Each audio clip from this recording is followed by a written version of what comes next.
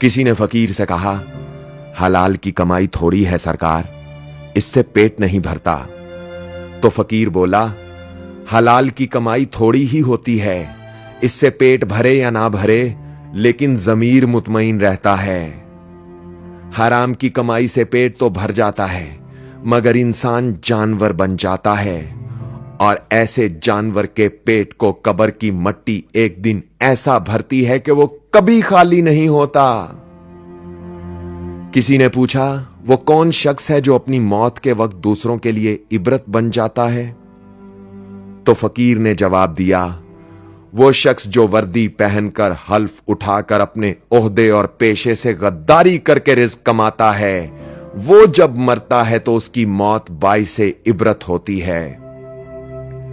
एक बार एक पुलिस वाला मुख्तलिफ तरह के लजीज खाने लेकर आया और फकीर से बोला, सरकार, मैं चाहता हूं कि आज आप मेरे घर से पक कर आने वाले पकवान खाएं, मेरी बीवी ने बड़ी मेहनत से बनाए हैं।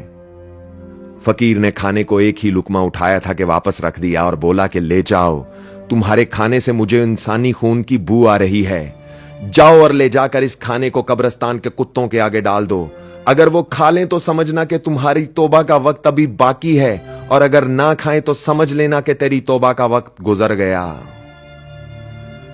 दोस्तों, कहते हैं कि इस धरती पर जब भी कोई इंसान खुद को खुदा समझता है और कमजोरों के सामने अपनी ताकत से भरे बड़े बड़े बोल बोलता है, तो कब्रिस्तान से आवाज आती है कि तेरी इस आरजी जिंदगी पर अफसोस है।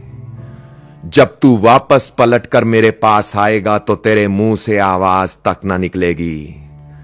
अगर तू उस वक्त की गहरी चुप के राज को जानता तो कभी ना बोलता, और ना ही कभी किसी मजलूम के सामने जालिम बनकर खड़ा होता।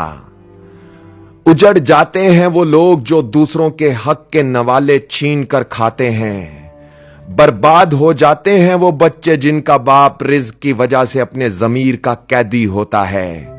और नहीं बहार आती कभी उस गुलशन में जो किसी का गुलशन उजाड़ कर बसता है।